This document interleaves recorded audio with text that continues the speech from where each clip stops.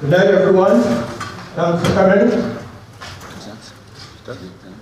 My name is Ben Edwards. I'm the chair of the ULURP committee. And I'd like to introduce the members of the committee. When your names are called, please stand. Fred, please.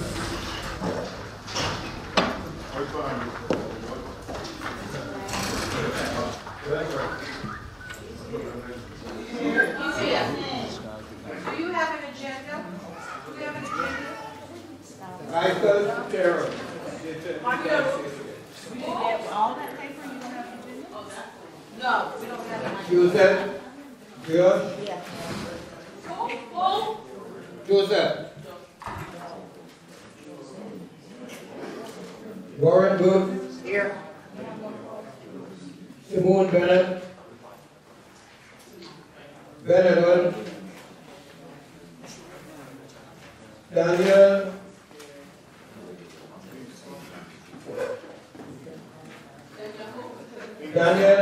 Ingustar, Avi Lishi, Avi Leshes. Rabbi Jacob Goldstein, President, account of 4. Augustine Blackwell, Present. Laura Imperial, Imperiality. Jacqueline Welch, Here. Demetrius Lawrence, Diana Richardson, Evelyn Williams, Timothy Thomas, Yeah, right here. Oh, Evelyn Williams, Edmund Fanning, Quest Fanning, Natalie Diaz, Paula Jones, Julia Stanat, Esteban Giron.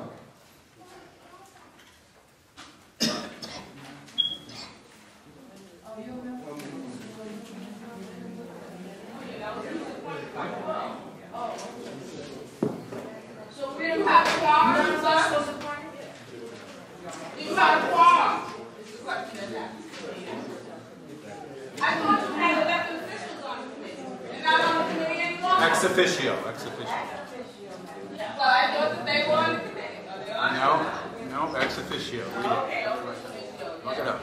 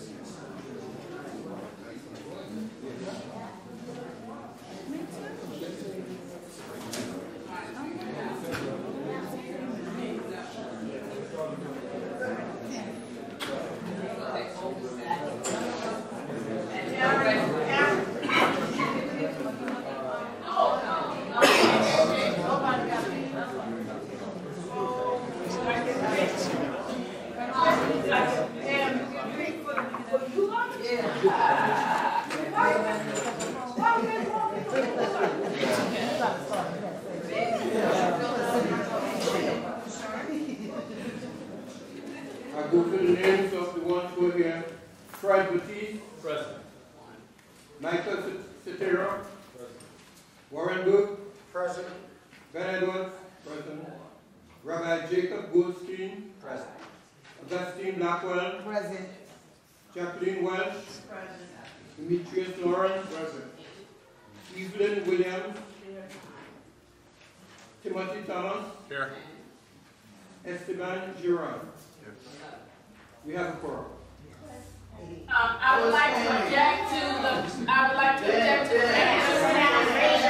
I would like to object to the members. Tim Thomas should not be a part of this board. He was not appointed by the chairperson of the board or the chairman of the committee. He was appointed by Michael or Jacob, and they are not. Not true. They are not, according to Pearl Miles. Dwayne put me, Pearl's wrong. Dwayne put me on the board. I asked Dwayne, and Dwayne put me on the committee. Sit down. No, also, Pearl Miles has been known to have put a member of the community onto the board. She does not have that authority, and I am objecting to those as well. There were 6 members on this committee that were appointed by non-chair people of the board. That means that this committee is meeting because you have to have the chairperson or the chairperson of the board. Not sit down. This boy, you made an allegation that I put him on the board. We need to continue with the This meeting. committee is correct. She has a right to object. I am objecting to this committee. I'm objecting to the member committee. Tim Thomas is not on this committee because Michael or Jacob Jackson does not have the authority to appoint anybody onto this committee. According to the own bylaws. According to the own bylaws. Your bylaws is valid. Your bylaws. Speak your mouth, girl. Your bylaws. Your bylaws. She don't have to shut her. Colonel Miles submitted based upon a formal request that Tim Thomas was placed on his board by Michael or Jacob. They are not chair people of the board. They are members of the board, and they do not have the authority to appoint anybody onto this committee. Yes, I gotta put you on Facebook. Prior to the chairperson, Guess what, Alicia? Anybody on the board can vote. So even if I weren't on the committee, I'd be here to vote. It doesn't matter. You're on the committee. You're not supposed to be.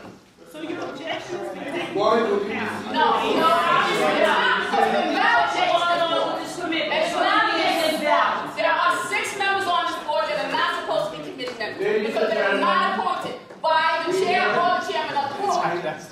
If you're going to do something, you do it legally. You do it right. You follow the meeting, but you don't follow your own bylaws. You say you agree, but you don't follow your own bylaws. I know the bylaws. Why don't you?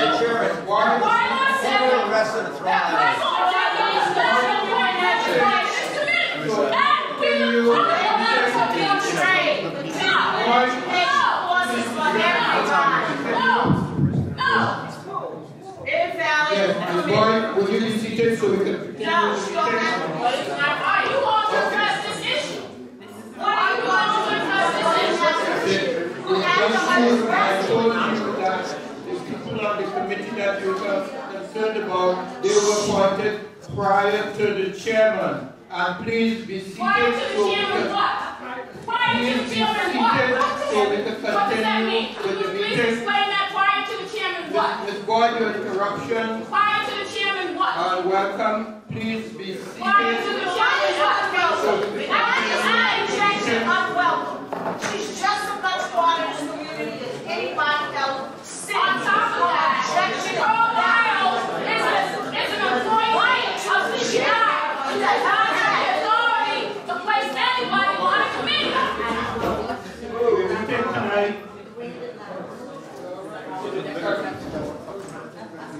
So according to attention everybody please. Hello. Hello. Yes, we need it. Thank you. So according to when Jake Goldstein was the chairman and when Michael Santera was the chair of the ULURP committee, Tim Thomas was appointed. And Dwayne Nicholson kept their names on the committee for the ULURP committee.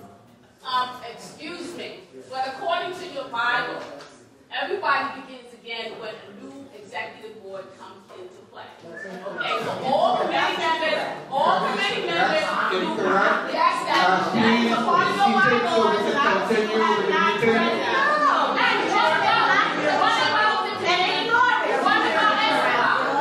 What about Esteban? That was placed by Pearl Miles. What about Esteban? That was placed by Pearl Miles. You're not answering my question. You're not answering my question. You're not answering my question. You're not answering my question. You're not answering no question. You're not answering my question. You're not answering my question. You're not answering my question. You're not answering my question. Discussion of the draft letter. You cannot continue with an invalid committee. This is an invalid committee. Invalid committee. Invalid bid, you cannot say Bylaws and abide by the bylaws. And we will not have bylaws. Then you want me to pull up the bylaws for you? Why? Could you please remove Boyd?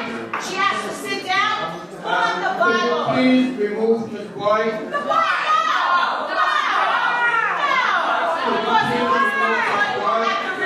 Each and every one of us, we all know the bylaws. All we gotta do is pull them up. Why is it always Alicia? No, we're not alone. You can't sit there and take a committee. Was. No, You can't disrupt a government meeting. Stop it. This is a community board meeting. It's a government meeting, and you can't disrupt it. There is a law against disrupting a government meeting.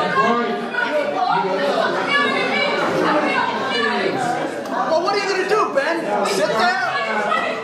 Get them out.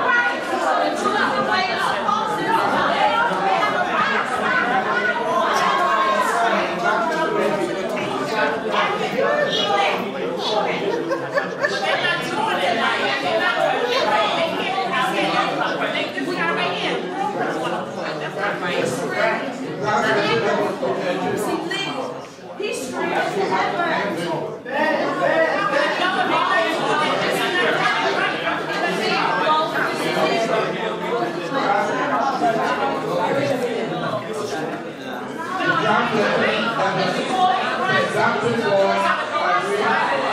Community board that is pleased to submit on behalf of the residents of the district and this request for the Department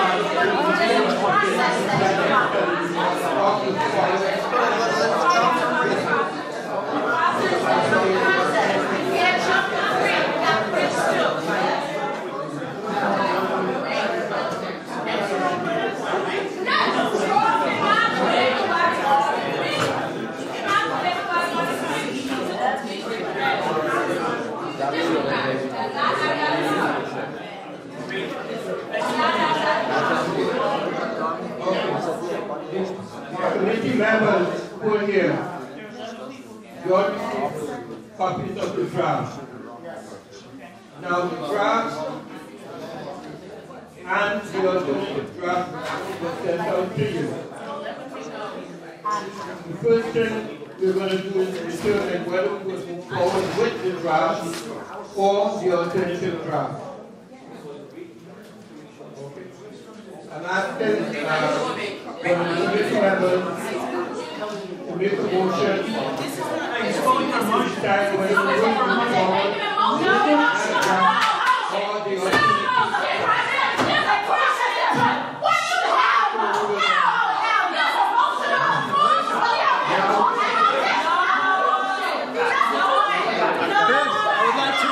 Alternative draft tonight.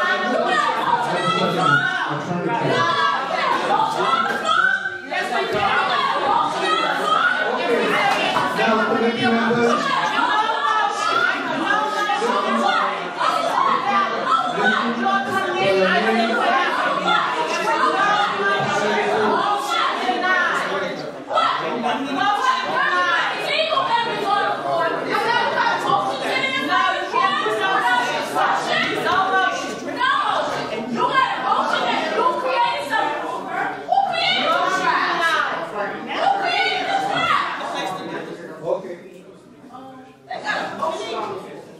Again, Mr. Edwards, just for the committee members who couldn't hear, I move that we use the alternative draft tonight to forward our discussion on the motion.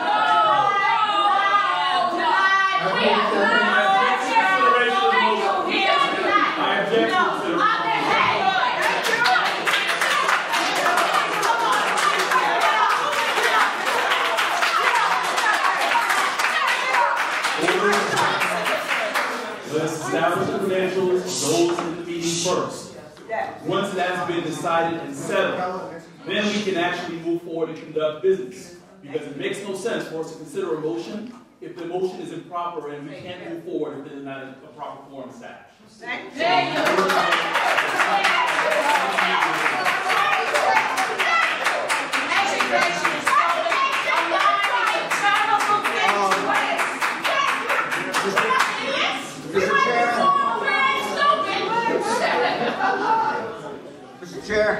Mr. Chair, I think you have gone through the names. You've read them. They've been considered. I think they're all legitimate members of the committee. Excuse me. I am talking. I listened to you all night. You be quiet. Thank you. Yes, sir. Therefore, I believe the issue raised by Mr. Baptiste has been met. Thank you. That's not. No. It has been what? Ben.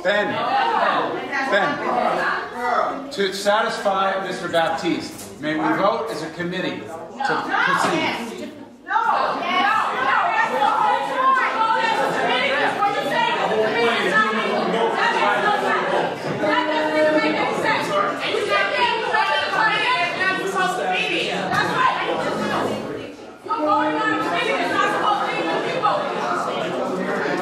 Fred, if you need to take somebody off, just say it.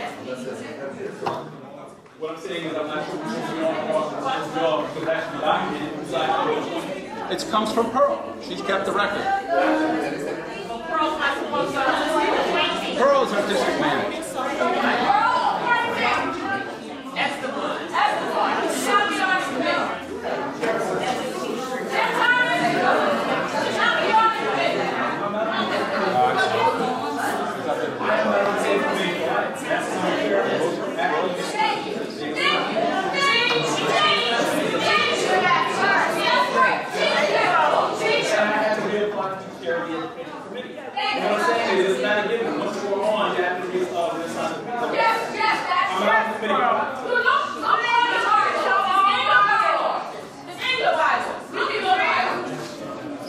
Can I suggest that we use the opportunity of being gathered here tonight to simply discuss the issues in the resolution without voting? Even if you have a quorum, you barely have a quorum because this doesn't proceed.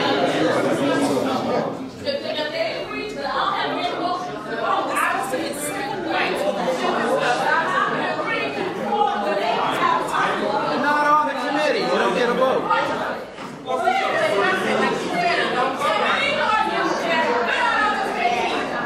Shut up. Dwayne put me on the phone.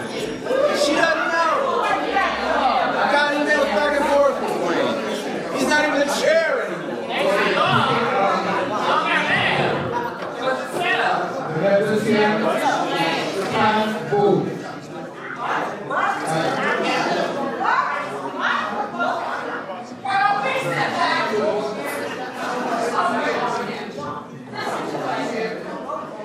The members here can vote. They can all vote.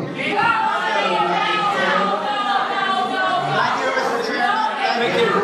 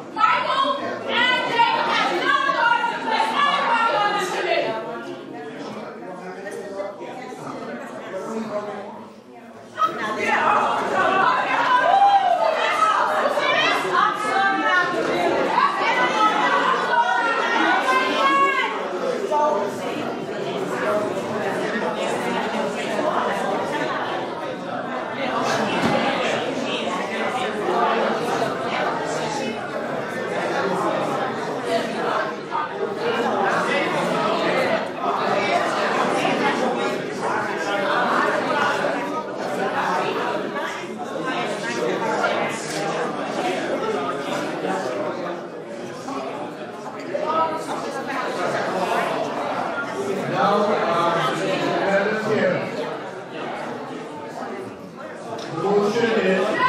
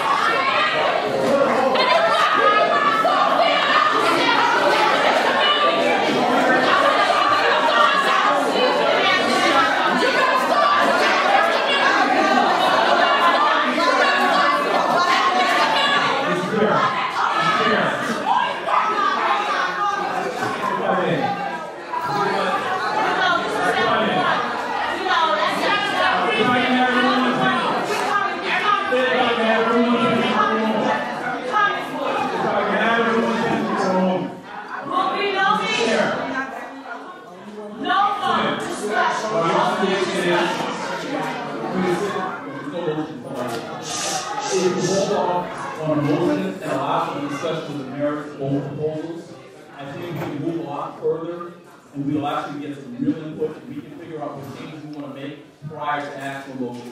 I think at this point what we need to have is a dialogue.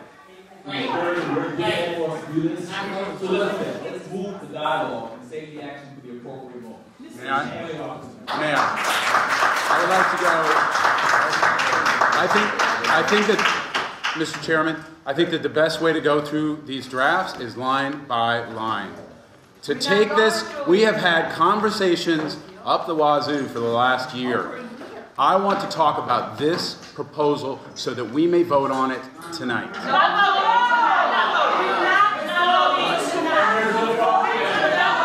Listen, and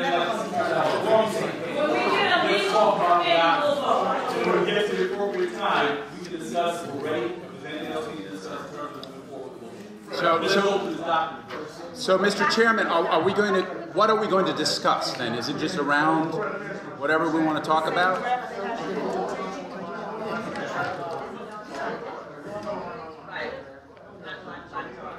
Fred, what's going to guide the conversation? What will guide the conversation? Excuse me, Chairman. Chairman needs to make a decision. Okay, we're going to do it now.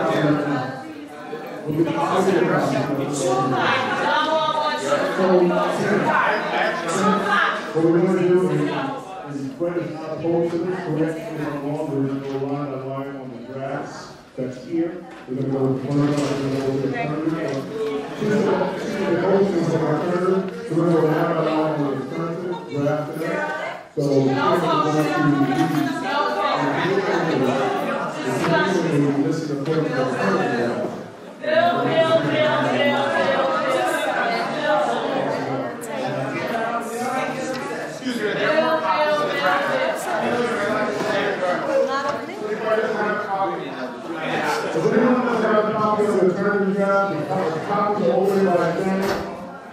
Right over here on the table to my right. We're going over the line by line of the alternative draft tonight, Mr. Chairman, we take the floor.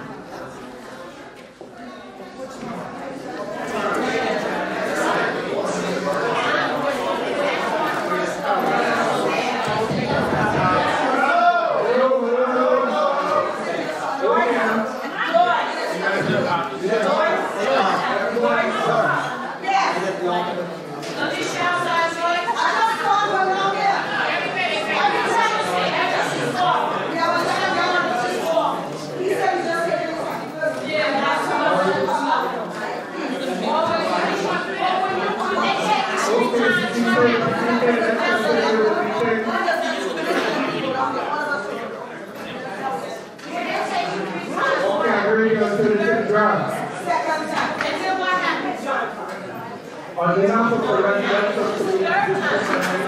Community Board 9, it is requested that the Department of City begin a study of the following geographic areas. South side of Eastern Parkway to the north side of Clarkson Avenue. East side of New York Avenue to the west side of Flatbush Avenue, Ocean Avenue. Crown and Carroll Street from New York to Kingston Avenue. Preserving the existing character of the neighborhood by ensuring all new buildings are kept within specific height limits, including bulkheads, and that they are contextual, allowing a modest incremental expansion of the home on Crown and Carroll Street. The study must take into consideration the need for improved service delivery to the community. City plan already said they Special don't take care of consideration infrastructure. given to improved transportation, sanitation, water delivery, and sewer disposal, parking, expansion of open spaces to meet the needs of our large and disturbed youth population, improve expanded school buildings to correct the severe lack of gymnasiums, computer rooms, music rooms, libraries that is needed for children. To this end, we requested a thorough environmental impact study. Consider the density of the area when proposing additional housing. We are requesting a set aside of 50% of all affordable housing units at locations for lower income residents to enable them to remain in their neighborhood. Senior citizens housing should be a priority. Consideration to the best use of the conventional corridors, and this should be done in collaboration with the community. Ensure that recommendations submitted by community-sponsored planners within reasonable time are considered as part of the process. We at Community Board 9 are confident that we could collaboratively work together with the Department of City Planning to successfully achieve what is in the best interest of the community. This can be accomplished with discussion, dialogue with community input throughout the process, making it a truly cooperative experience. That's the alternative draft. Now we will be going through line by line and voting on each section.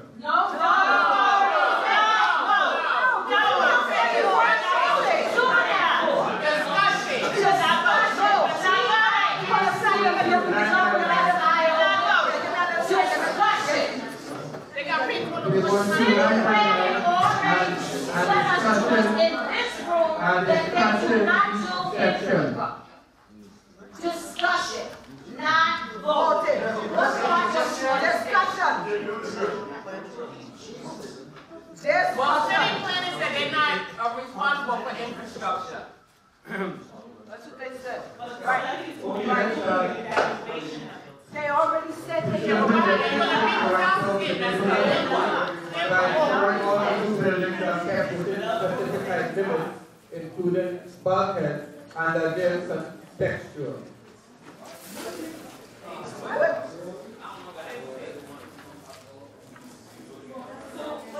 Where are you at?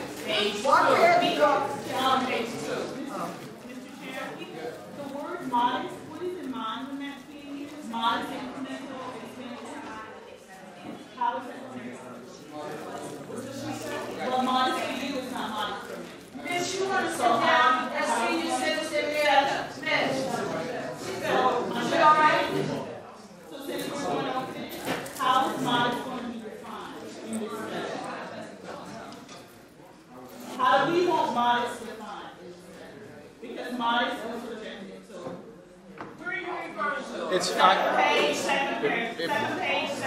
If I may, it's part of the discussion that we have with city planning. In other words, by saying modest, we start from a position of we don't want you throwing a bunch of units at us, tall towers, tons of market rate apartments, but we can't start a conversation. You don't start a negotiation with your lower limit.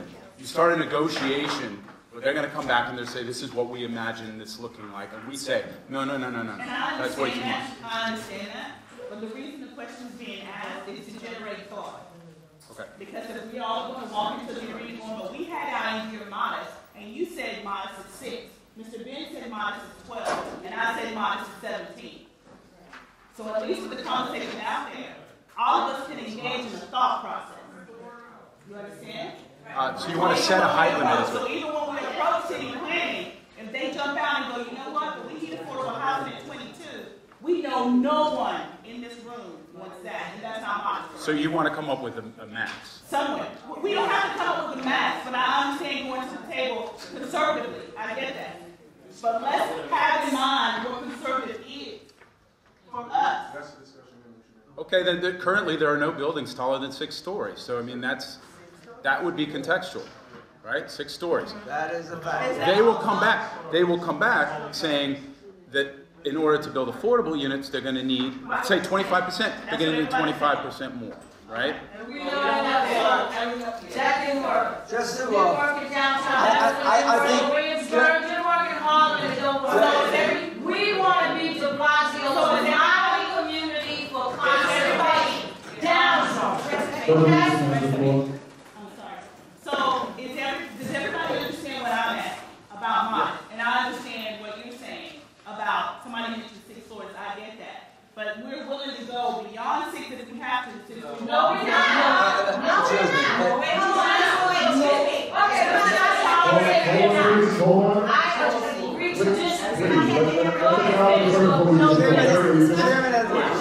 May I say something? Yeah. When Board 8 did its study, they understood this issue very carefully. I was still the chairperson when that went on, and they voted for their final study while I was still the chairperson. And what they said is, on corridor streets, we understand that a corridor street, in this case it was Franklin Avenue and Bedford Avenue, can take more than the surrounding apartment buildings. And that to them made a lot of sense. Yes, there was a lot of discussion, but they raised it to 8 stories. And the proof of that is, there's a building that's going to go up on Bedford and Eastern Parkway, currently submitted and signed off to the Department of Buildings. I saw a sketch of it today at the old gas station / car wash. 8 stories, based upon what their study amounted to and came out to be. So that's on the south side. That's not in CB9. Right, it's not CB9. That's not in CB9. I'm not saying, using an example. Hey, if you listen to what I said that is an example of an approach. That's all. So I understand your question, but the text of this actually says modest incremental expansion of the homes on Crown and Carroll Streets. So I understood that to be a reference to a requests that were made by people living in a district that was R2 to be able to add on to their homes. It's actually a very, very restrictive district where they can't even put an extension onto the back of their homes. So I understood that modest incremental expansion referred to that, and I mean, I think it's legitimate to ask how much they would be able to expand their homes. But as far as the discussion about contextual, I do agree with those people who say that contextual means as tall as the buildings around it. So we have streets where all of the buildings are 4 stories, contextual would be 4 stories. We have streets where the buildings are 6 stories, so contextual would be 6 stories. I don't consider 8 or 10 stories to be contextual, and I would like to hear why affordable housing is necessarily linked to that, because all of the apartment buildings on my block are 4 or 5 stories, and they're affordable. So who says we can't have affordable housing in lower buildings? But no affordable. That's not government funded. So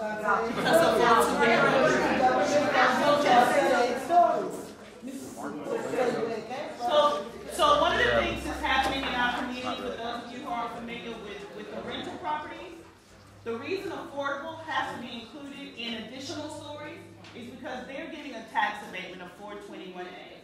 And they're saying, in order for us to have affordable, which they know this community is interested in order for you to do that and us to make money, you have to give us more floors. They're making the affordable housing the additional floors, not the additional construction. They're making the affordable housing. Today's date of use.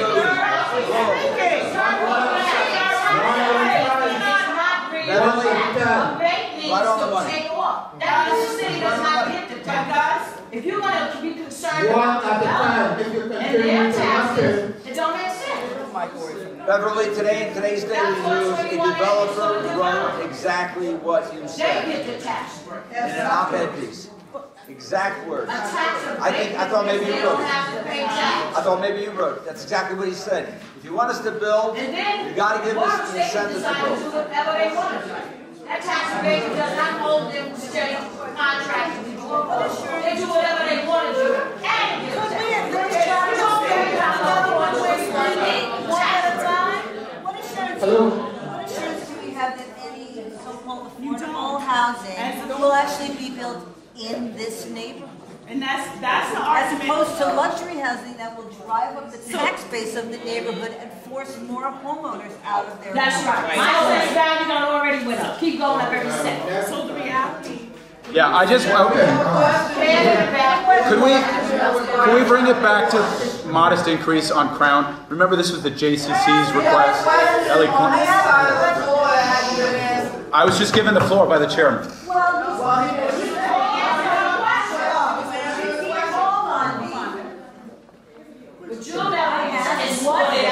I asked what assurance we have that any affordable housing that we get, because we allow, say, an 8-story building, will actually be built in this neighborhood, as opposed to luxury housing here and affordable housing somewhere else, but luxury housing here that will raise the tax base for everybody who currently lives here now and is stressed to the max. That's why there's an encouragement. If you are listening to the draft, the affordable housing is at location. At location. Not anything else. In the proposal draft, It says at location. affordable housing is not supposed to say, well, you can build here, but I'll put the affordable housing five blocks away. He put specifically at location. So in other words, when you're building there, the affordable housing has to be at that location. Correct. Not 5 blocks away.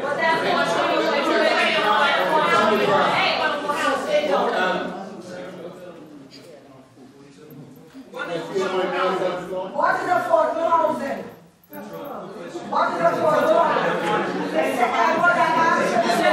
What is affordable housing? It's based upon the AMI. What is affordable Median Affordable housing is based on the AMI, which is the area median income. Good. And that's my reason for stressing that the 50% of the affordable housing be set aside for low-income residents in the community. Can I say something? Excuse me. I'm not finished. Mr. Edwards, the reason why I ask you this question, I'm in court every day with my senior citizens of 320 Stirling Street, and they talked about affordable housing, but my senior citizen rent jumped up, all from $300 and something, and they've been living there for over 50 years, and the rent got to 1,000 something. So is that affordable? That's why I'm asking you that type of black and tell the courts. I can tell them. I don't want to tell them. What is affordable? I'm not getting nobody I give you the already. answer. But they think that and say, this is affordable. And the rest of the world is affordable. And it is not very sticky. I have 10 senior citizens in court every day. Every in-house in court. And they cannot afford rent. I don't want to get into it.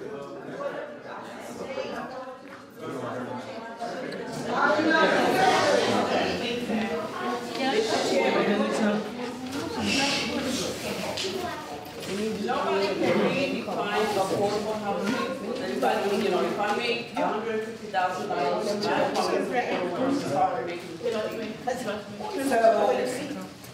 Wouldn't it be best to do the breakdown 50 low income, 20 middle, and 30 high? Instead of just saying 50% affordable, just do 50, 20, 30? I could do that. And then those, because a lot of times, and I'm sure some people have experienced, if your income is, especially when they do those lottery quantum movements, if your income is $50 over, you disqualify. So what happens to the middle income? What happens to those that are a little bit above the low?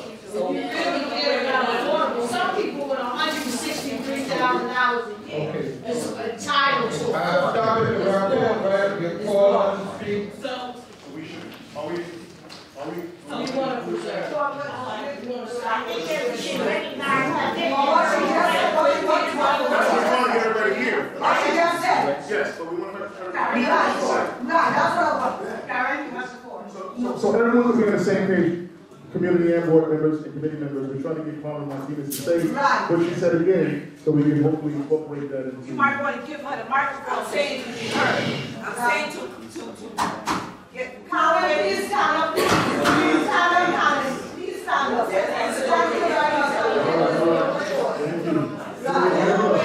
do away with the 50% of all affordable housing unit allocation and instead do 50% low income, 20% middle income, and 30% high.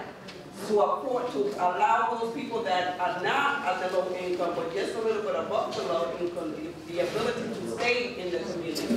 What was that, 50% low income, 20% middle, and 30% high. Okay.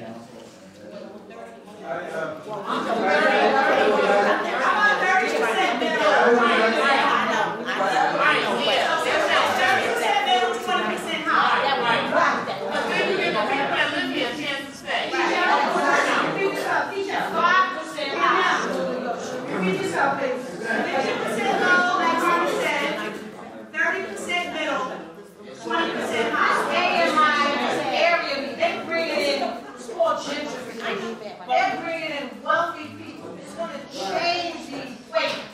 Okay, so to that, it never works. We want to be a model community based on de Blasio's model preservation. We already had affordable until you start pushing everybody out of their apartments and out of their homes. We want to downsize and preserve. Doesn't work. AMI is area medium income. You bring in wealthy people, it changes the whole world. You're talking about six-figure people coming in here and putting them in the equation. No. Preserve affordable housing. Affordable housing can be a trick. But I see a lot of people being displaced by so-called affordable housing. You can have a job making $40,000, $45,000 and you think you got something. But then after tax, you can't even get an affordable housing. Right. And then the workers' contract are considered as affordable. They're pushing people out of this town, like the lady said, it's going to be a city for the rich. And y'all keep playing with this stuff here. Exactly.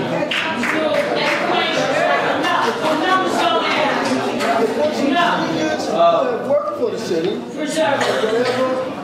whatever avenue they work here in the city. They're elderly now, and they can't have a place to live.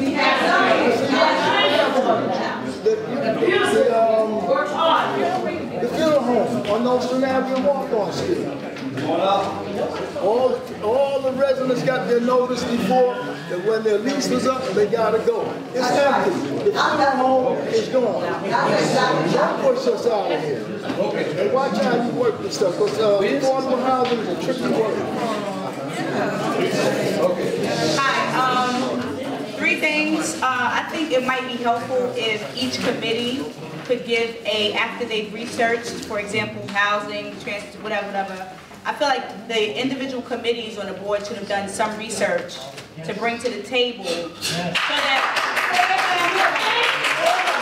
I'm not saying they didn't, wait, I'm not saying it wasn't done, but I think that research should be presented at a community meeting Because based on those facts, like, okay, so I've done research. In this area, it looks as if this area can stand to have new development based on the research. But right now, I feel like we're talking blindly, and it's a repeat of what we've been doing. The other thing is, when it comes to the affordable, whatever is not affordable, and I've said this before, and I don't know if it's within our power, and maybe someone in politics can tell me if it is or not.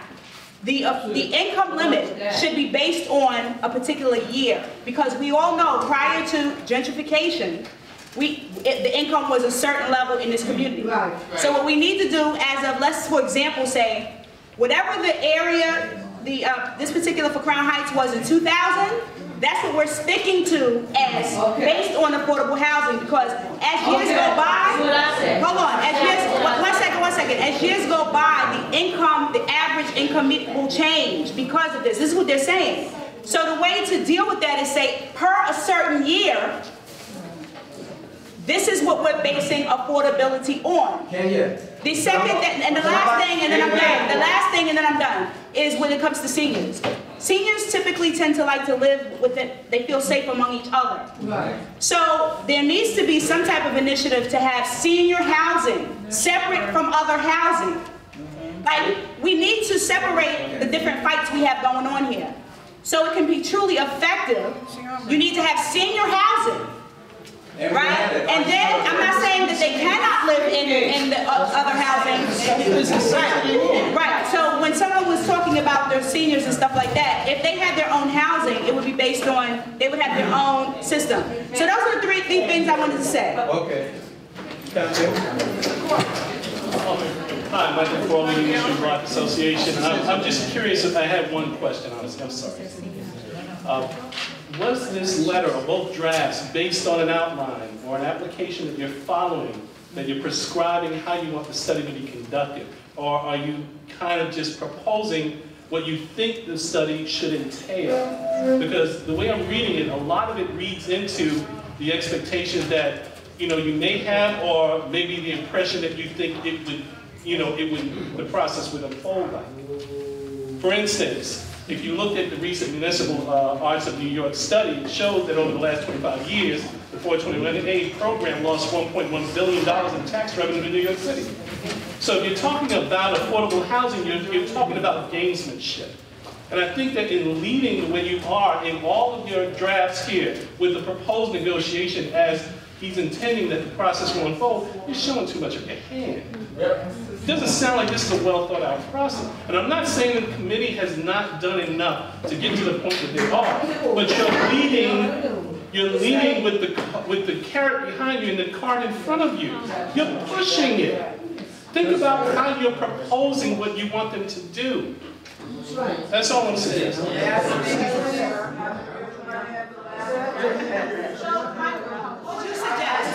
I would suggest you use the information that a not-for-profit has already done. For 25 years, the city has lost $1.1 billion in property tax revenue. And what it's gotten in return for that has been little. It's publicly known.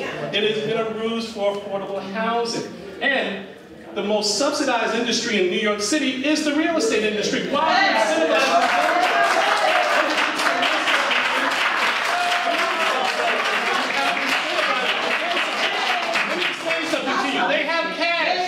Sitting around earning less than 1%. If they're going to take the risk, let them take the risk. Don't give them an incentive to earn money.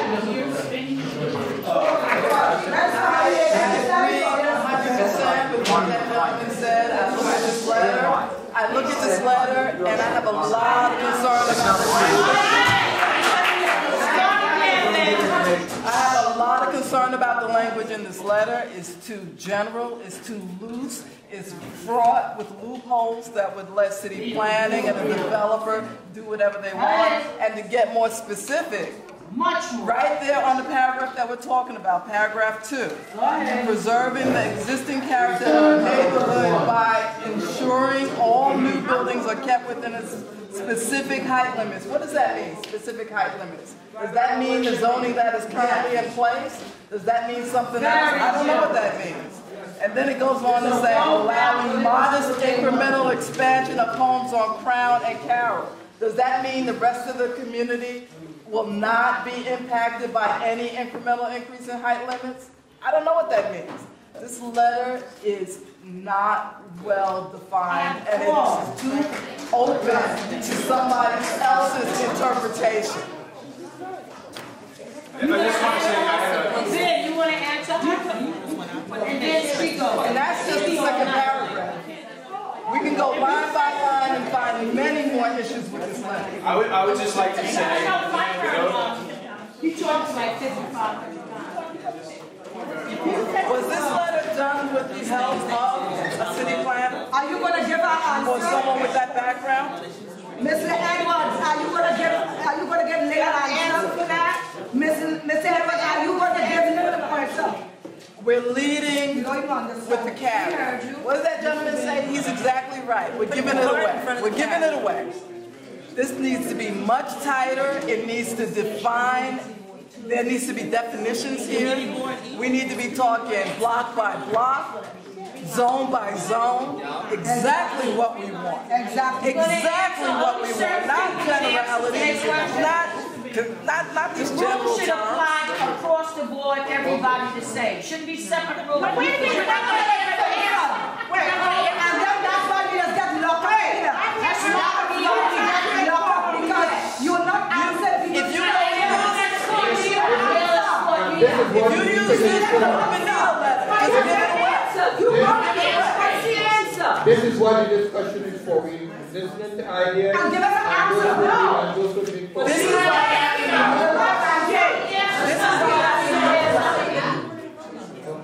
You have an answer. I'm over here. Okay, listen. You said this on paragraph 1. We're going to take this letter line by line. How did you feel the parameters? I don't understand. What's good for Crown Street will be good for my block. And I want to know where Empire Boulevard and Washington Avenue fall in any one of these rules and parameters. Because in terms of Empire Boulevard, we already started a study. So it should not be included. Empire Boulevard, Washington Avenue should not be included. They haven't studied. Frankly, this letter needs to hold up in court. It needs to hold up in court. Empire Boulevard is in the middle of the district that you're studying, and it will be included. No. It is not in the bill. Why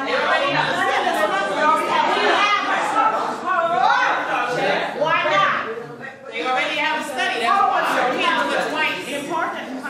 It is not in the middle. Ladies, let's go. Let's go back. Wait a minute. No one included.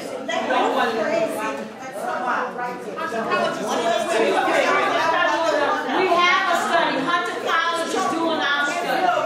One study at our study came first. Okay, next is yeah. Okay, don't count. And Mariah, Donnie's doing the study. Mariah is doing that.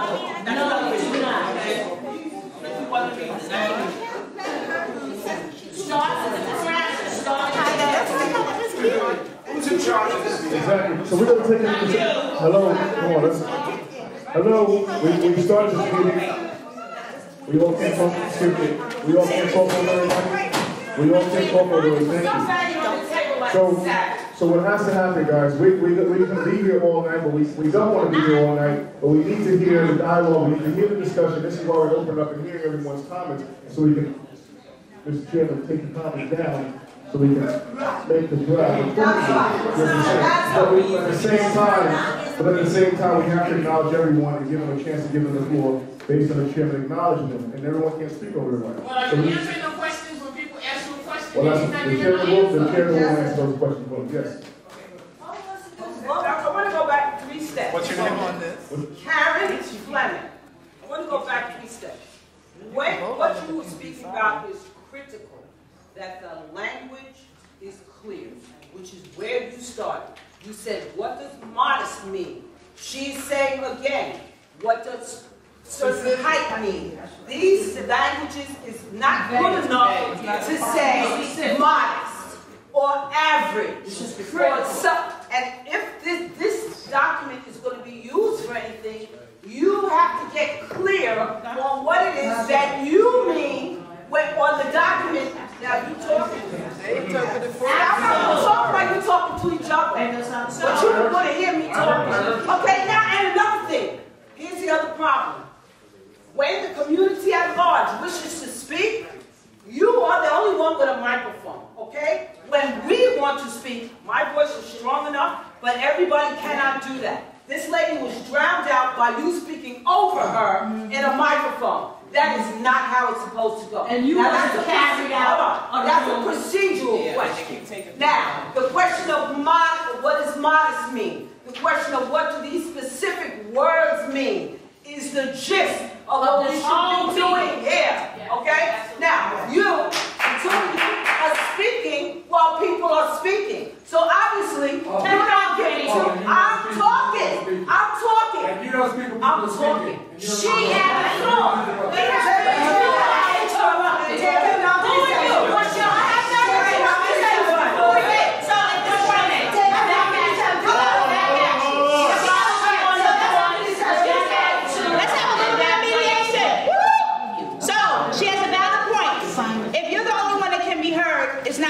So I'm going to volunteer to whoever has their hands up, bring them the mic. First thing.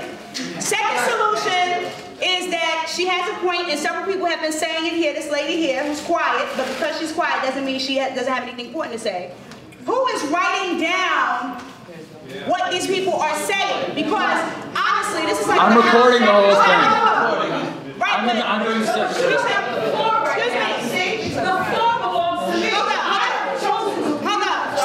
This is supposed to be a working session, which means that if the issue is that the document is vague, we should now be sitting here going line by line to not make it vague. The second thing is somebody brought up the perimeters, which is a great point.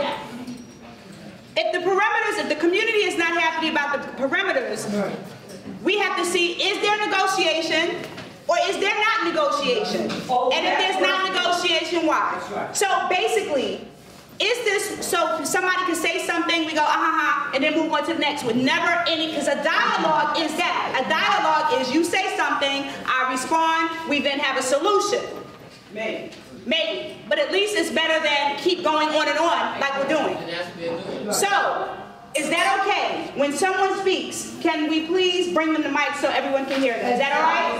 Hold up, let me follow protocol. Is that okay? We don't need a mic if they would just stay quiet. Some people don't have to stay quiet. It's a small room.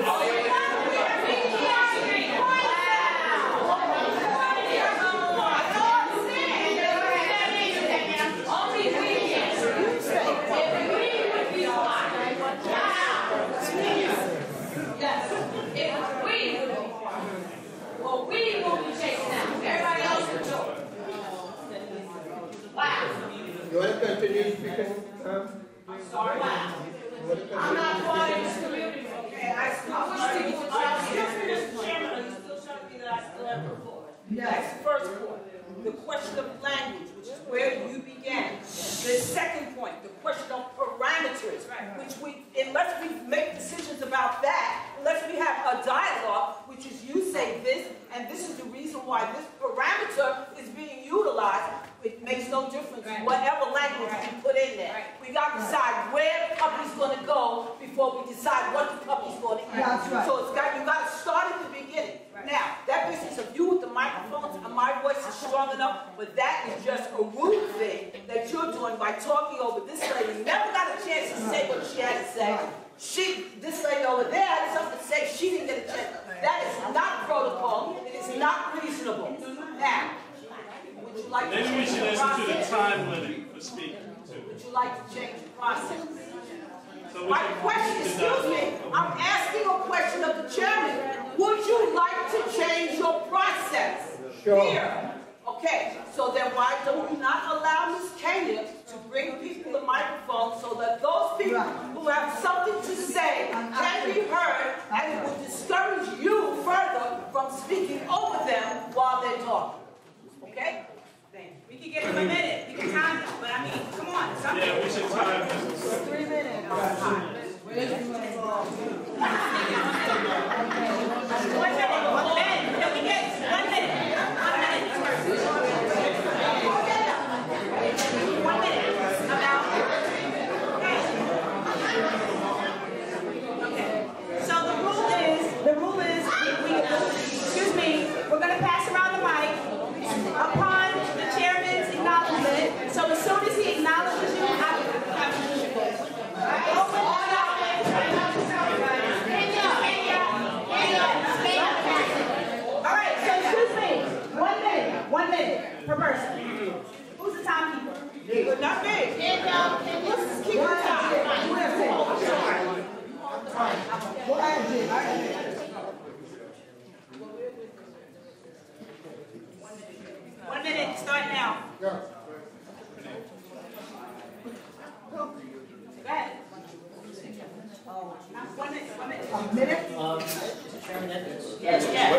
Name is Jay Soren. I'm a homeowner in the district. I'm also part of CHAPCO, which is a neighborhood association. My question, Mr. Edwards, I just provided you with the documents that all community boards should have received on March 2nd. This is a very important document. The SECRA, if anyone wants to follow it on the computer, is SECRA number 15DCP104Y. It is the Zoning for Quality and Affordability Text Amendment. These are massive proposed concepts which there was already an environmental assessment statement made. Chairman of the ULURP, are you familiar with the Zoning for Quality and Text Amendment? Yes, no. Are you familiar with that? That has been provided to all of the community boards. I got this at CB9, and the head of land use, Barack, mentioned that all the laws are going to change in the next few months. So my objection is before you have a ULURP committee, you have to understand what city planning is planning to do, and the meeting for this is a day after the next Community Board 9 meeting. It's going to be at 22 Reed Street in New York, New York, and what you're doing may be moot. Everything is in here. What is You that have to date? know this. What is the date? March 2nd. That has been in the news. That has been in the news. Yeah, so we all must do our research. Go home, because this is not the time. All right, let's go home, familiarize ourselves, and then we'll come back to the table. Because the chairman just said he's not familiar. So, okay. So that's noted in the minutes. That's noted in the recording. You have a recording secretary, CB9? Who's that?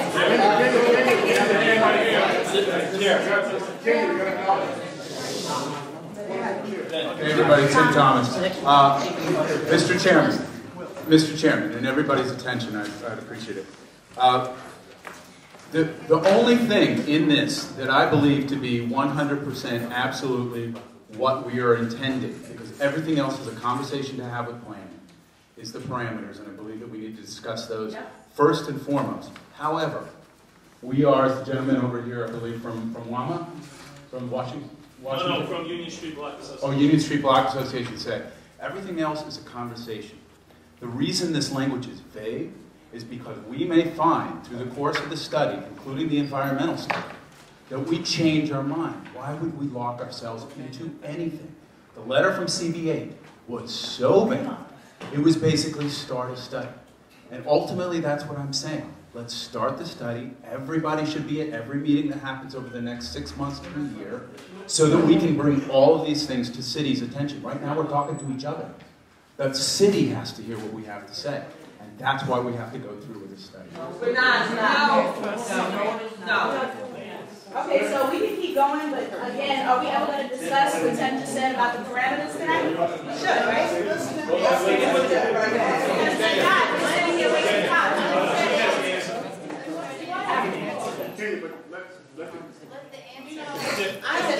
I don't need my sheet. I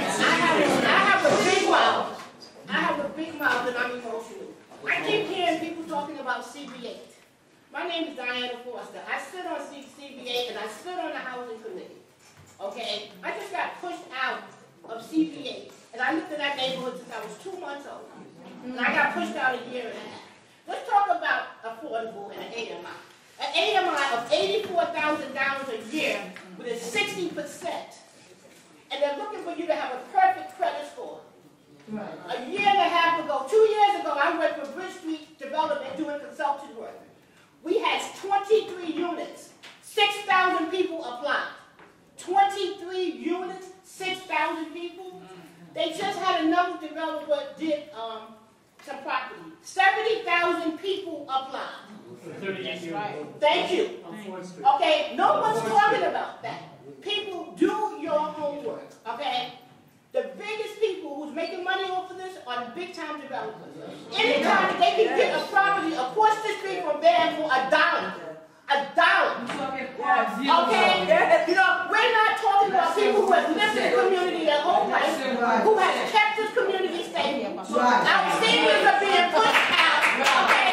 So y'all keep talking about CB8. One thing, you talk about CB8, I've seen none of y'all in the CB8 meeting. None of y'all. Hold on, wait a minute. I'm sitting here trying to be cool, and I went outside, took some air, told Carmen to say this. She said, no, you take the mic. Let me Get your information right. That's right. When you talk about CBA, we're looking to do an income off of the census for Community Board 8. We're not talking about the people upstate making $100,000 a year. We got the orphan jobs, we got the broken down, and we got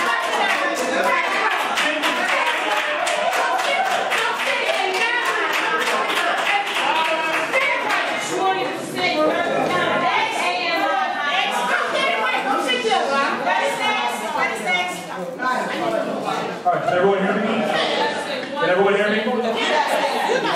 I just want to say this, and I think this is the reason why it's so critical that we have conversations and dialogue.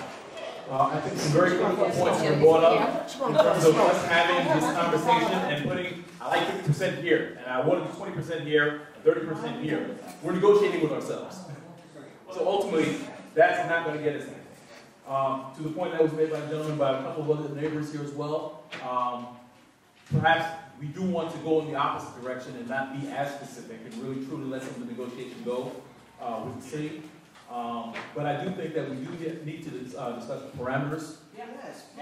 Now, with that being said, I think, and this is how my thought has evolved, I think, yes, the parameters are fine. We need to discuss everything in the parameters, but I think by the same token, the city needs to be prepared to discuss everything in there as well and not have any preconceived notions in terms of what's going to happen or not going to happen. I think the big thing that's happened in the discussions with the city planning is they said, well, listen, already we're talking about Empire has to be on there. With the corollary being Empire has to be on there, we're going to change the zoning and we're going to do residential. I'm saying Empire should be there, yes, because it's a CB9. But I think the discussion has to happen and the negotiation has to happen with the community in terms of what exactly happens there, in terms of what we are all comfortable with at the end of the day. It shouldn't be a matter of, okay, well, listen, and I think the sad thing is that it's turned neighbor against neighbor in terms of, I don't want the big building in my backyard, so let me just throw it in there, so that way I know I'm safe. We need to change the dialogue. Exactly what has happened. What it means is we need to open the dialogue. So perhaps we need to start moving closer, and perhaps what it means is that we really need to narrow down this draft, and that's my suggestion for us to think about. Not necessarily say we're going to vote about it right now, but to at least maybe let that guide. Do we want to just leave it as a principle in terms of we have a problem with CB9, we want this area studied, meet us at 7 o'clock here, and we'll talk about it in the city. But at the same time saying everything is on the table, and nothing is off for us and for the city as well. So, Chairman, are we addressing this draft now? So everyone has said what they wanted to say as far as the parameters. Are you acknowledging someone else, or should we start with the draft? Okay, so let's just start. Wait, she had her hand up. I do have a general point to make about being specific or being vague in the draft. I think it's possible to be not too specific, but specific enough. If you look at the letters that were written by our elected officials and the Borough President's Director of Land Use, when we came to them with problems about towers popping up in our neighborhood, they basically asked for contextual zoning of the Prospect Leopards Gardens neighborhood, which is our neighborhood. That's why they responded to us, because we asked for that. And they referred to the context of the neighborhood as being low to medium rise apartment buildings and low rise 2 to 3 story houses. So there's some specificity there. Contextual zoning has a specific meaning, although as Jay pointed out, that may be changing citywide. That change is basically saying that even if you have contextual zoning, buildings can go up 20 to 30% higher than what you expected. Parking is going to be eliminated from new development. So that is something that's pretty serious that we should all consider, because otherwise what we're asking for is not what we're asking for. So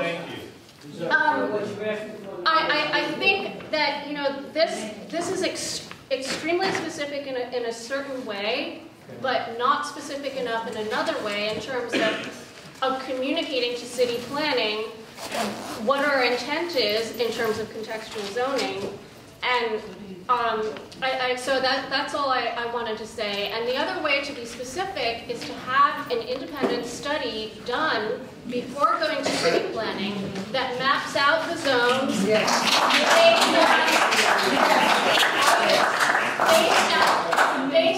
based on research done about our district.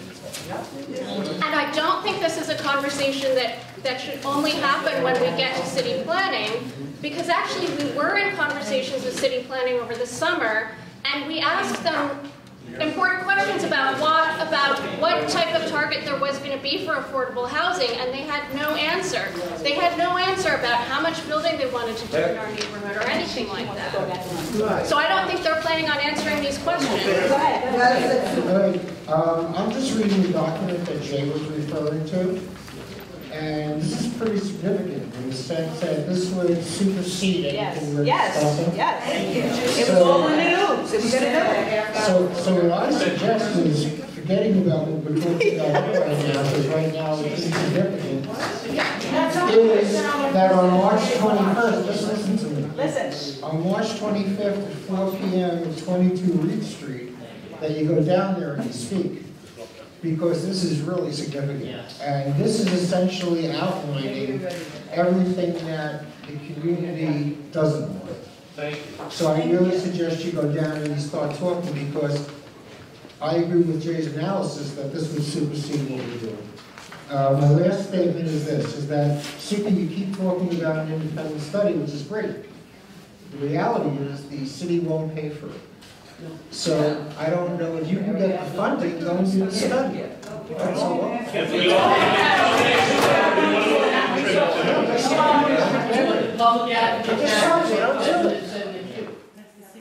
But you don't have to wait on government resources. We can make a donation to a fund that we can do it ourselves. Get funding out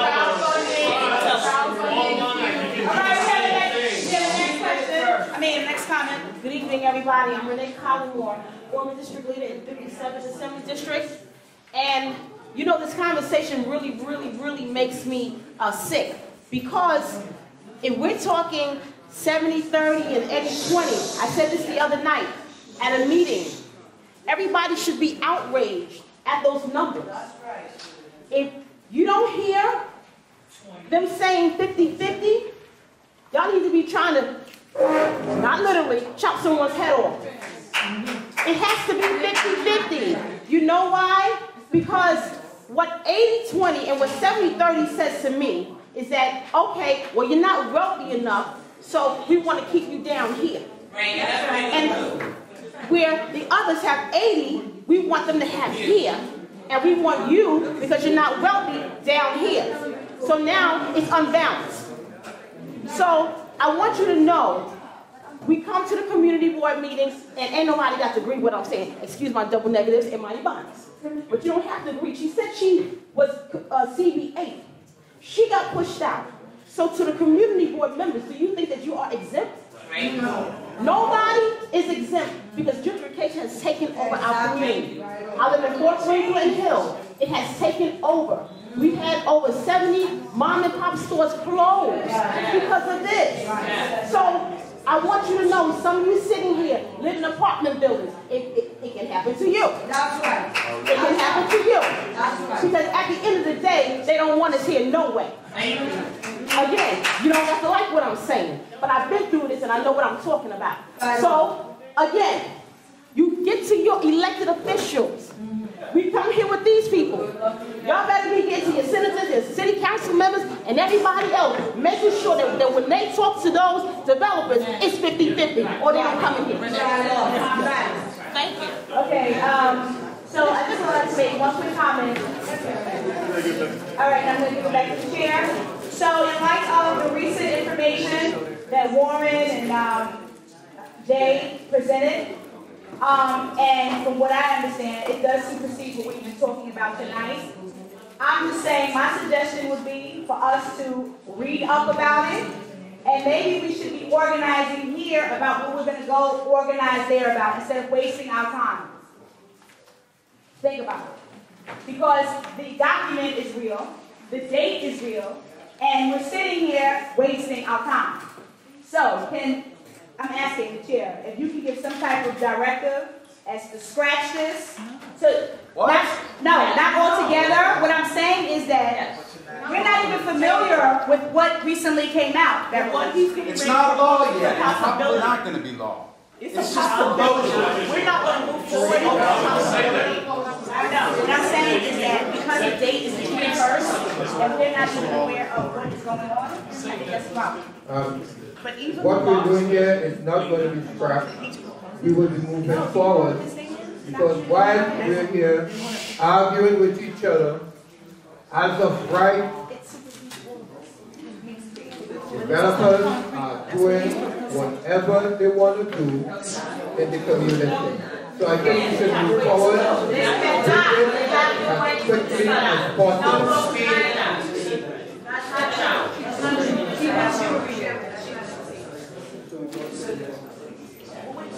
The next item we will be discussing is the density. Consider the density of the area when proposing additional housing. We are requesting a set aside of 50% of all affordable housing units at location for lower income residents to enable them to remain in their neighborhoods. Senior citizen housing should be a priority. Right. Okay? Now, consideration should be given to the best use of the commercial corridors, and this should be done in collaboration with the community.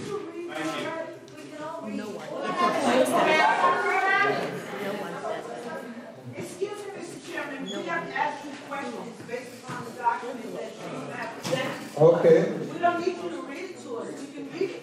My question is, people have asked you questions throughout the board with relation to the document that you have presented. And you have not given us your reasoning, your process, your how did you get from A to B, so that we can fully understand your intent, your implication from the document that you have presented, and you're reading it again. We don't need you to read it, we can read it. We got from A to B because we had several hearings. We had 2 sessions, and we had people giving us their ideas, people testifying, and from those suggestions, we crafted the document. I beg your pardon, Mr. Chairman. I was there in both of those sessions. This is not what I heard people say.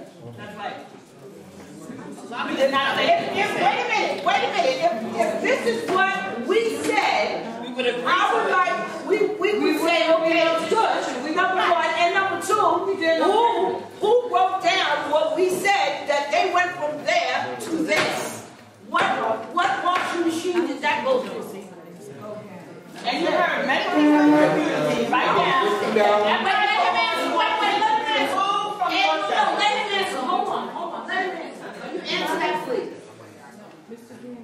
The responses were written down, and I went through what the community said was written down, and from that, this document was crafted. Even Lori said last week stuff that was said that was not on this agenda, on this thread. All right, just quick question. Just a quick comment. With regards to the parameters, and I didn't write down. I was one of the people who actually wrote down a lot of that. And I want to understand, as a community, we need to come to a certain point as well. As many pieces that was cut out, it looked like a little piece of Swiss cheese after a while in terms of we're going to talk about this, not this, not this, not this, not this, not this. The problem is when we're doing a zoning study like that, all the pieces have to work together. So if we're going to do a zoning study, we need to look at a large swath all together in context. We can't say I'm going to change the zone in this block, this block, and this block, because all those things you don't look at, it affects that as well. And the things in that you don't look at, it affects everything else. I agree with your premise. But if what you're saying is where you all, the board or this document is coming from, then you will explain to me why have we singled out the 2 blocks, wait a minute, Crown and Powers. You're saying that we have to, I'm speaking. You're saying that we have to look at the big picture, what I understand you to just say. Then you will please explain to me why we have singled out 2 blocks, Crown and Powell, if we are supposed to be looking at the big picture. That's a good question. Because from everybody who wanted to be cut out, they were the only ones who wanted to be cut back in. What? A lot of neighborhoods wanted to be cut out. Right. So what I'm saying is, they were the only ones who wanted to be in. Okay, well, at least that's a legit answer. Thank you very much. Appreciate it. But if you heard from the community that Empire and Washington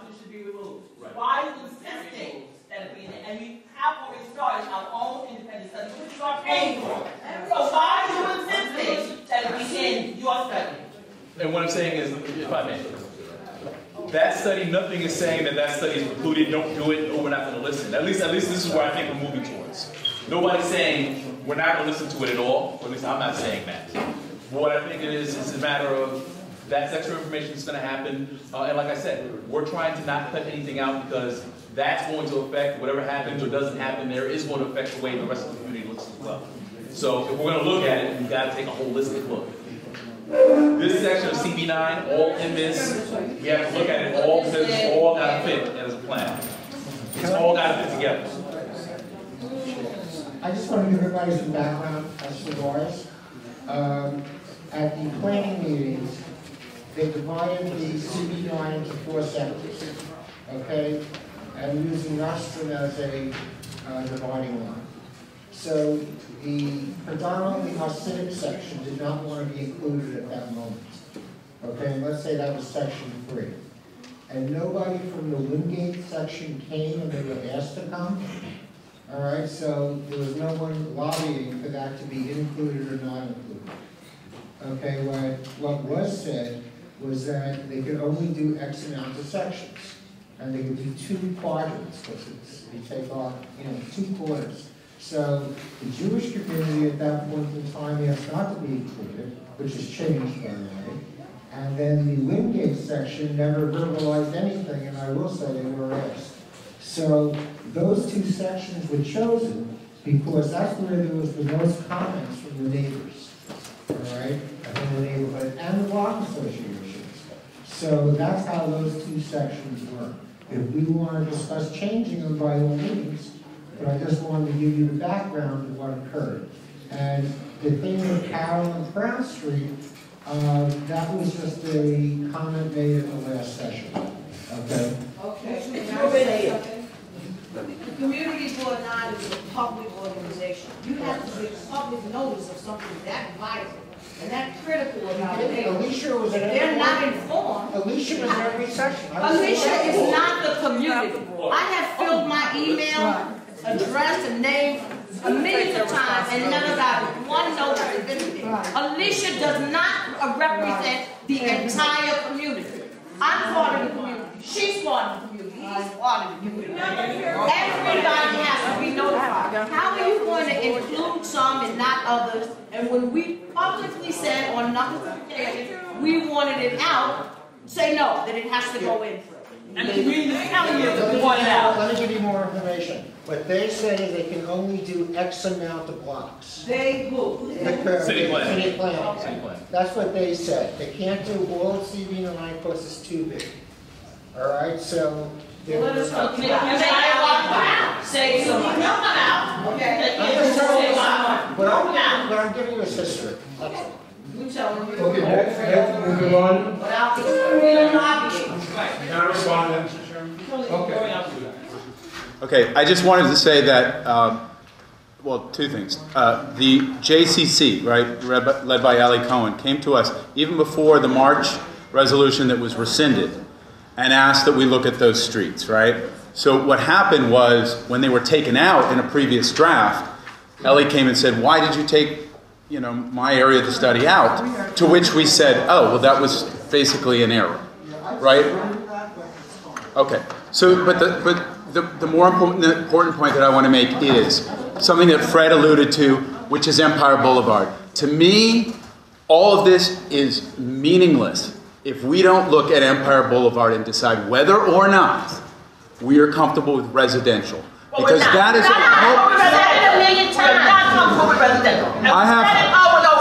I have 300 people on a petition who disagree with me. However, please let me finish, all right?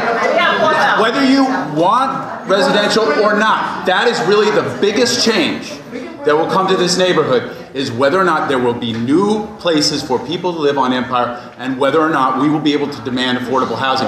If we don't deal with that pink elephant, we haven't dealt with the most important issue. Pushing people out what was affordable under this gentrification and building luxury high-rises on Empire Boulevard. No. Not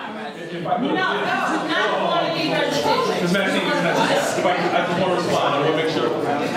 And listen. No, listen, everyone. Listen, everyone. This is important. because this is exactly what it is. I think a lot of us have a lot of agreement. The Empire Boulevard Pizza Pit is something that is very critical.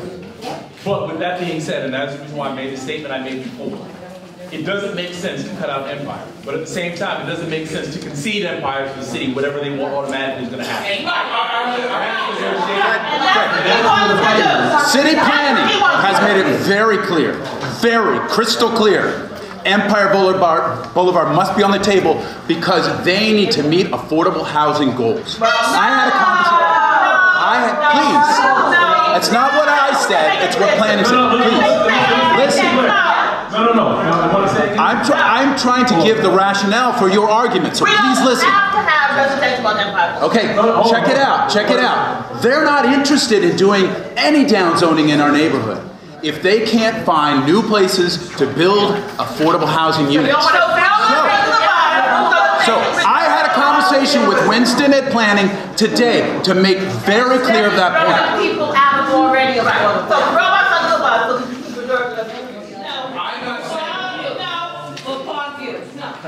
But the point I have with that is, that means that there are more conversations that need to be had because the community, and this is what I'm saying, as a community, the power rests with this board and with this community to negotiate that because, you know what, quite frankly, I don't think that we should be put in a position where it's like, guess what, you know, you're gonna satisfy 80%, but we have, you know, basically those 25% of our neighbors under the bus. That's right. I'm not interested. No, that's not throwing them under the bus. That's not moving any of these people out. Nobody in this room gets moved out because you build a new building on Empire Boulevard. What some of us get and are asking for is contextual downzoning in the middle blocks. Because we have no protections. I live in a block with 3 vacant lots. All of the two become towers. That's what you're saying. That is what you're saying. They want to damage our home so that the manor can be preserved. That's what you're saying. I don't live in a fucking manor, idiot. And yes, people will be disturbed.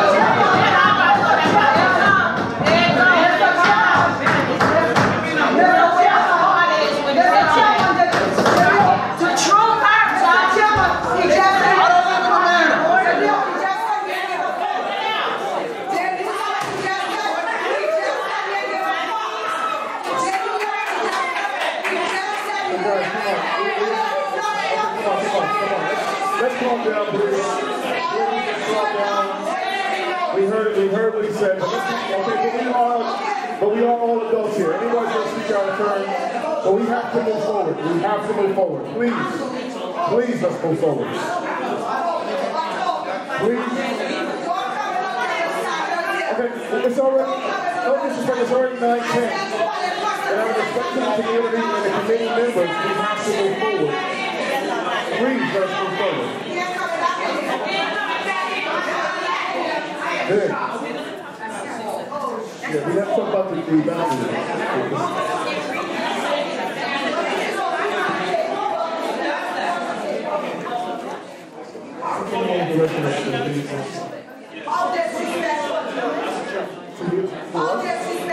We're not being disrespectful to you.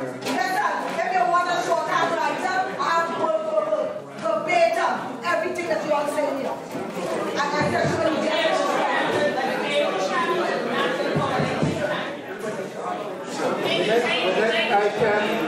The next item is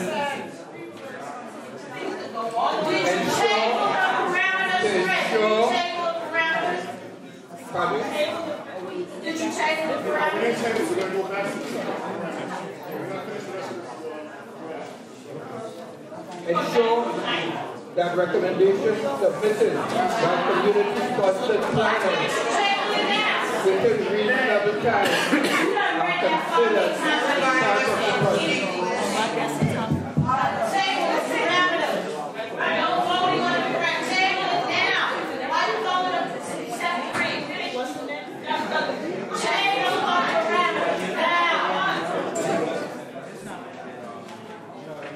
We at Community Board 9 are confident that we can collaboratively work together with the Department of City Planning to successfully achieve what's in the best interest of the community. This can be accomplished with discussions a dialogue with the community input throughout the process, making it a truly cooperative experience.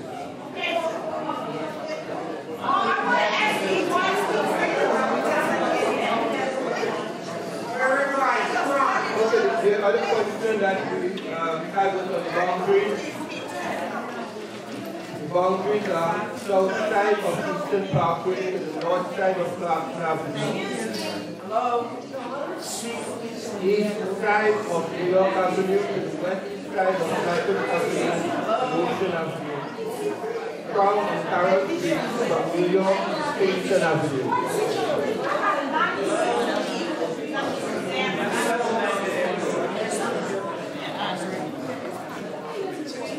Any comments on the boundaries?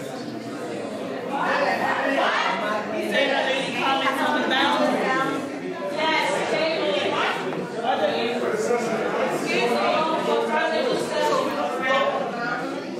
Sorry.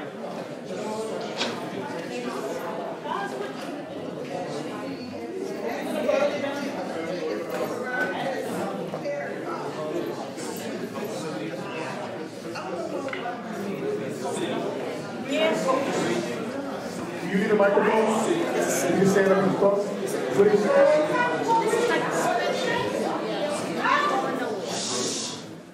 Before you move on to the question of the parameters, which I... Give this lady the microphone. Give her the microphone so she can be heard, please. Before you move on to the question of the parameters, which I think the people in the room makes clear should be tabled for now, the issue of the parameters, because we are by far from anywhere near a consensus on the parameters. But what I would like to know is, I would like a definition of community-sponsored planners. Ensure that recommendations submitted by community-sponsored planners within a reasonable time are considered as part of the process. We are engaged with Hunter College to pursue our own study, The Future of Empire Boulevard, which we are paying for ourselves, which is why we've been asking for months now for Empire Boulevard to be exempted from this study so that we can approach city planning with our own informed opinions about what we want to see happen there. I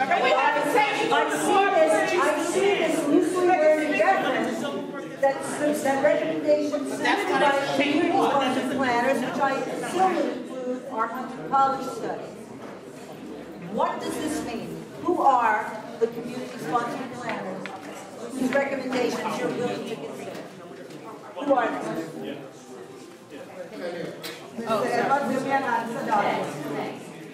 Can we get an answer? Excuse me, ma'am, what's your name? What did you ask, Judy? Community-sponsored planners. Whose voices you are willing to listen to? Okay, the community-sponsored planners, if you have your planner and you want to be part of the process, then you could. But as it is included in the draft, we ask that your plan be submitted and considered in the process. Yes, who's the community-sponsored plan? Are we saying that anyone that can take their... This is what's come out of financial check. This is what's come out of some of the conversations. I know a couple of groups have already come in and said that they've had other people who they want to have do studies. From the conversations that we've had with city planning, well, city planning is like, okay, well, listen, can you do those studies? You absolutely can. Yes. As an individual, as a neighborhood, and everything else. The only thing is they said they won't absorb those costs. That's on your dime. So what this line is meant to say is that we are encouraging as a community board that yes, we do have groups that are probably going to do that if we want that input considered as part of any planning resolution, as part of any zoning consideration. So that's what that means. Community groups are free to do it. It's on your dime, but you're free to do it. And as a community board, the statement is We don't understand that that's going to happen. We think that that should be considered as part of it as well. Okay, if the study's being done, can you still study that area again? Say again? If we're having our own study, independent study being done, right? Can't they take it off of your study because they already have it? We just come up with different information. If two studies are done for the same area. It's to advise. Well, here's the thing. City planning is what's going to count. If they want to do yours to advise, so in other words, if you come, city planning comes up with one, and you come up with a competing plan that says, you know what, we looked at it from this angle, we think we're not going to use that. No, I spoke to Winston. That's not what's going to happen. No, there are more. No. Winston, who's the head of the board. One at a time. I'm not finished. City planning is the handmaiden of the real estate industry in New York City. That's right. Whatever they're saying to you about, sure, you can go and do your own study, we'll just ignore it when we get to it, because we will have done our own. This is entirely the reason why we are begging for Empire Boulevard. We're not saying that we definitely are going to decide that there shouldn't be any housing on it. We're just saying we want to make our own assessment as longtime residents of this neighborhood of what's going to happen on this blighted street with this brand name, okay? So the city planning department, if you think that because they're saying to you, sure, you can just spend your own money, do your own plan, because they know that in the end, they don't care what it is. But let's get back to a general principle. For me to say it sounds great, for us to say it sounds great, is one thing. But we're negotiating with ourselves again.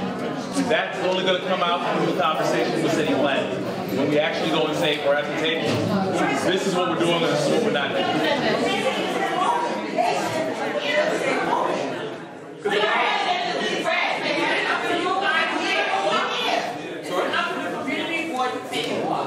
That's your house.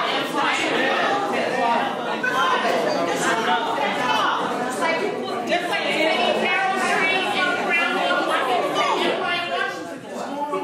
all right, one second. It's a basic problem I have. One second, please. I regard you on the basic problem I have with what you say.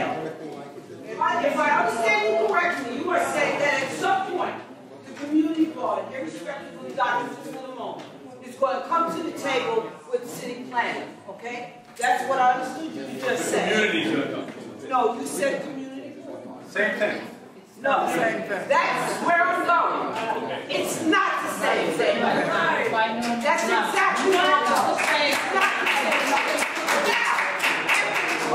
same. Not the same. We would not have been here for the last hour and a half raising our voices with the microphone in the chairman's hand. Okay? And we would be what on I'm the saying committee. is, you would have recognized our application to be on that. You would be on the ballot application. When the community board sits down, as you have said they would do, with community planning board, what happens to our voices then? What happens to what we say? Because you are carrying some different story than the one that we want to see. We're telling you we want it off, we don't know, but we're moving on.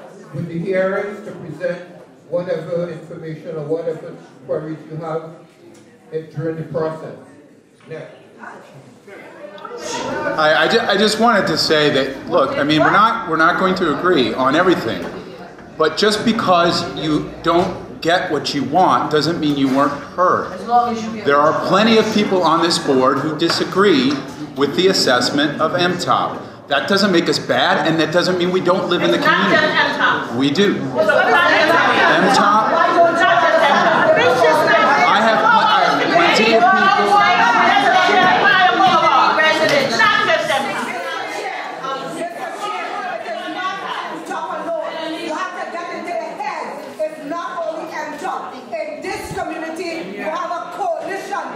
Different organizations. Get that in your head. It is not one organization. And Trump is one, but there's a coalition of other organizations.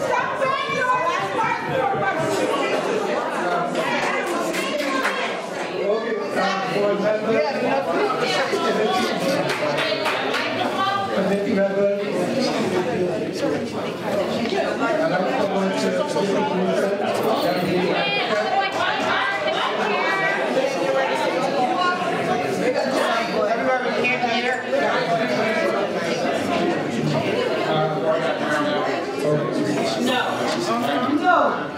What I'd like to say is I spoke at length today with Winston, Von Engel from City Planning. He's the head of the Brooklyn Borough Office. I apologize for my language.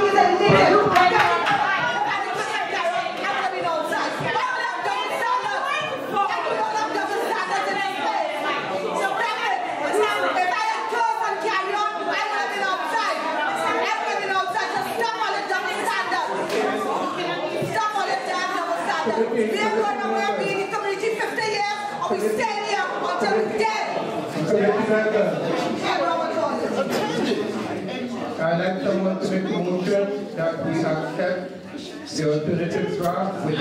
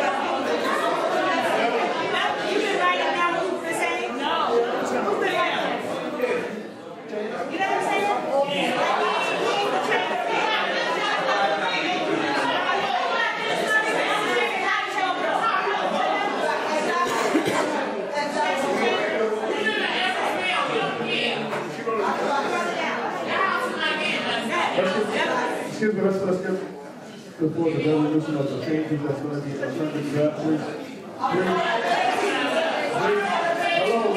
Hello. Thank you. Hello. Please. Let me ask the floor.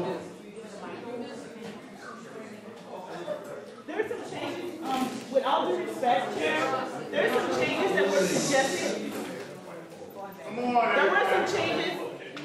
There were some changes that were suggested before we vote, and I think are significant. The one most significant is the one that was suggested changing the 50% of affordable housing, 1 to 50, 30, 20. Correct. Now that, we cannot vote, that is given the demographics of our community, we cannot vote on this document without that. That's the only change that I want to make sure that we discuss. Now, the other discussion that was about modest incremental expansion of homes, right?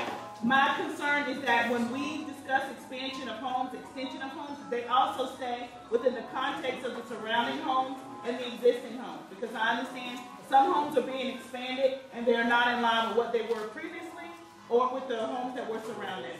So those are two things that we've already discussed here tonight that I think it's important that we implement in this document because everybody seems to be in agreement with contextual, right, before we vote on it.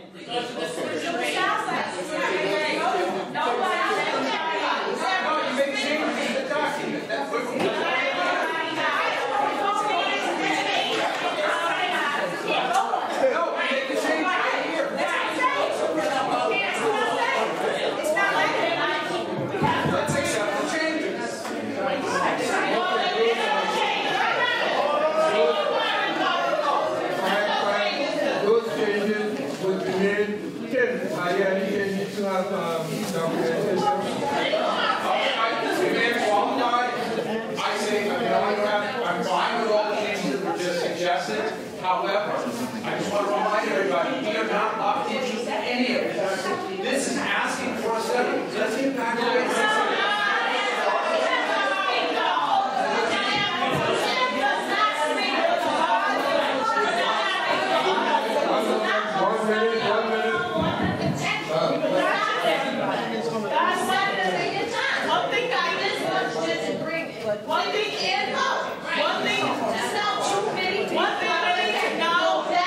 Is that builders are building. The only thing they can control is how high and what they do.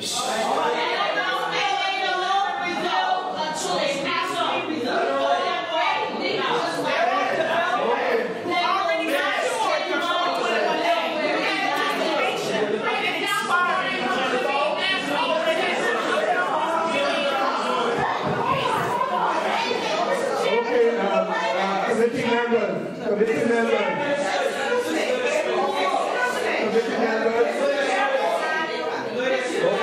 Who was the motion?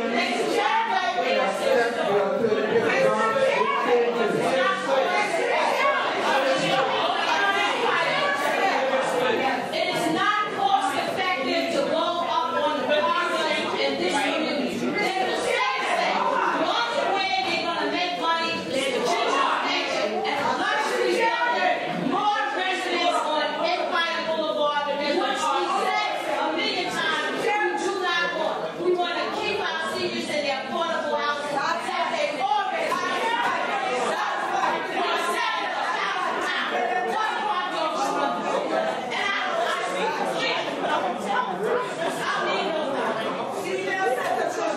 I'm sorry, I want to ask you a question. Tim, you have been taking notes for the changes that have been voiced in the opinions here today? Okay. When men asked you what were the changes that were voiced that you're writing down on your pad? No, I'm not. You said none? I would like to know what they are. What did you write on your pad? I would like to know what other changes you wrote down from the discussion here tonight on your pad. Okay. I'm not a good note taker. The changes are the ones that Beverly just did. That's what I said. Yeah, but you said there are no other changes. Do you want to buy these notes? I was asked whether I had any changes. I have no other changes. There was also a change on modest, the word modest. Remember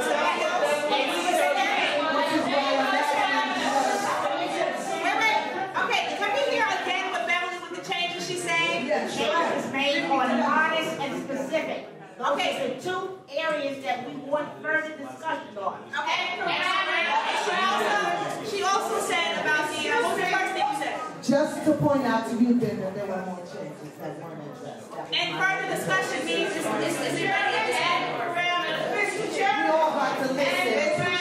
Corrections and changes we made. So the changes we had, as long as we don't that's what I'm saying. That's what I'm saying.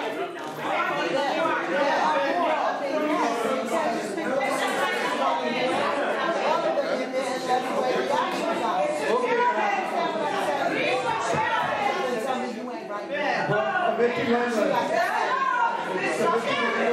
Who would move? Who moved?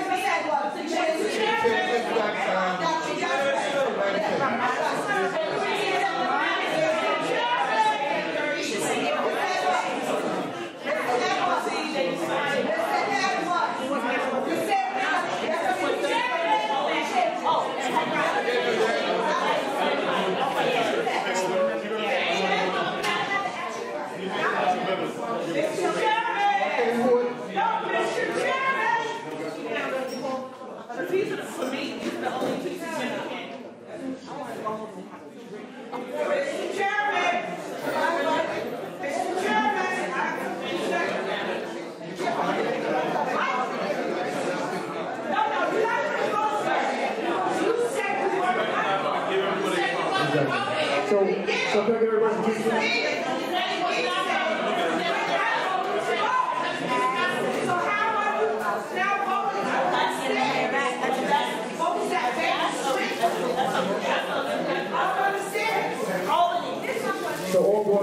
please pay attention.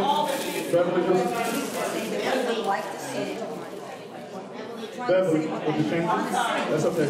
So all board members, committee members, please, with the alternate draft, the changes that was mentioned is what? The changes that were mentioned is, the changes that have been mentioned are modest incremental expansion of home on Crown and Carroll, and modest is defined as long as it stays in the contextual, with the surrounding homes. So because there are some complaints in the community that homes are being expanded and they stand out. That is a concern. The second one is the suggestion that Carmen made, 50-30-20. Instead of facade, 50% of all affordable housing units at location for lower income residents to enable them. The suggestion was made, change that to 50-30-20. The 30 is middle. The 30 is middle support. 30 is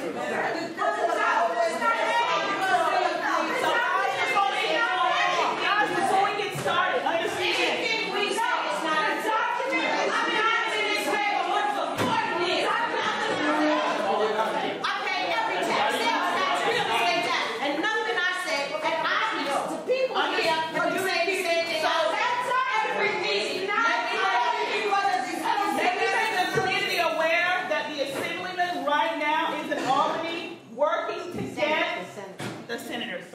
Is working to get something more than what we have right now, which is 80-20.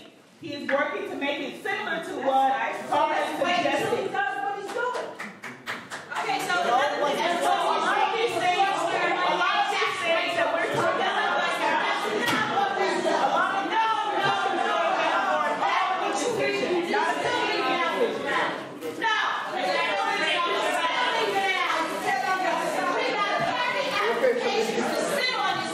committee members.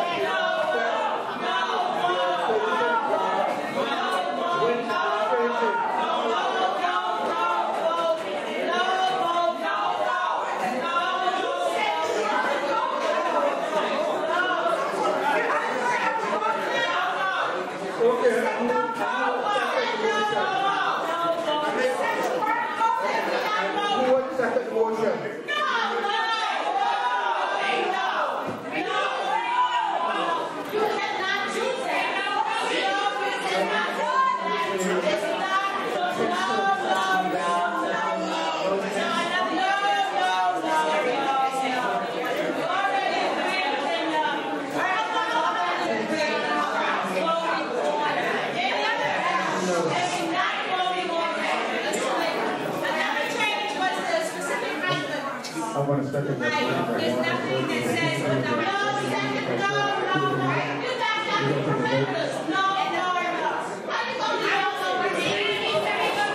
okay, board members.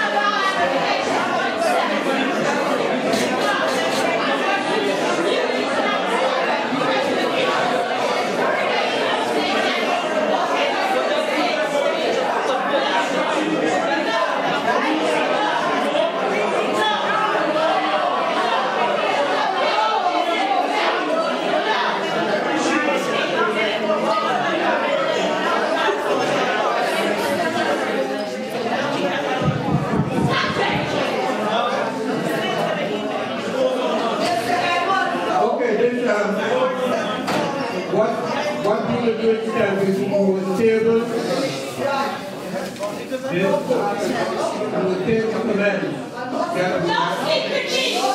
then revise the document and it will be presented at the next board meeting for a vote.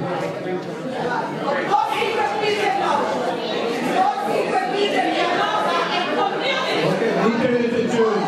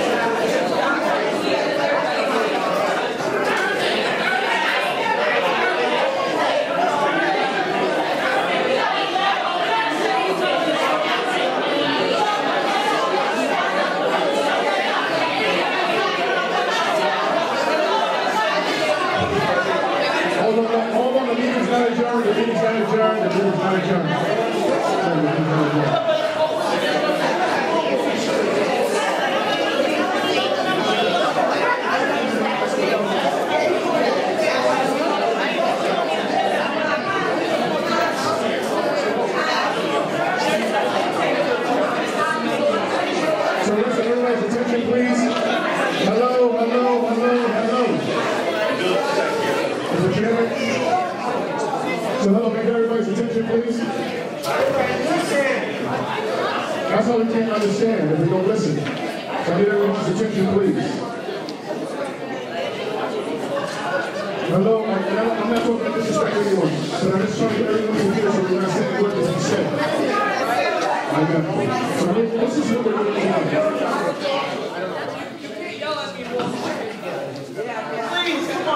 This is what we're doing tonight. That's okay, I appreciate it. So this is what we're doing tonight. So tonight's vote from the ULURP committee is not to process this alternative draft to city planning. The yeas and the nays was a vote for tonight, so we can go back to the general board meeting where the general board will vote on the changes that we think we had discussion about for tonight. So the discussions that we talked about tonight on the borders and the 50, 30, 20% and the contextual wording of modest, this is just getting a vote from the committee members tonight. So when we vote yes or no, it's going to go back to the general community board, but we'll have our an entire vote for the rest of the board members of the changes that we discussed tonight.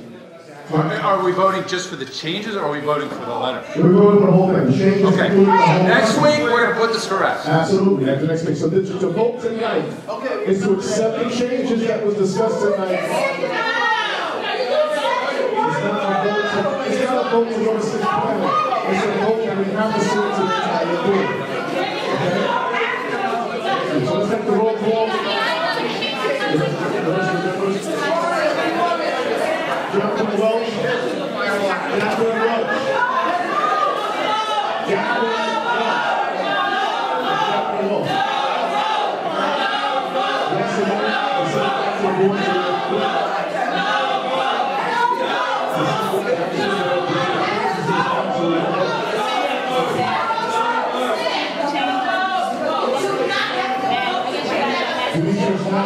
Yes.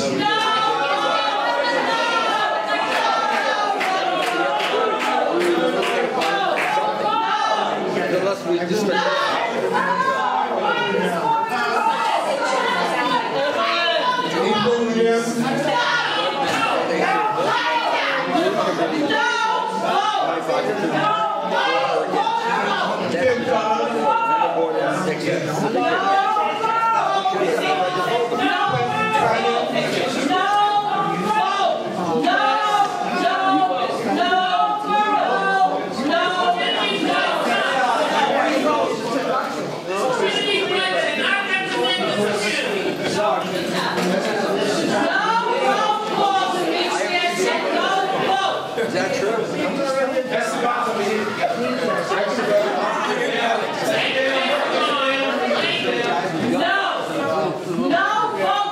I'm taking a roll call. You know, because he's supposed to be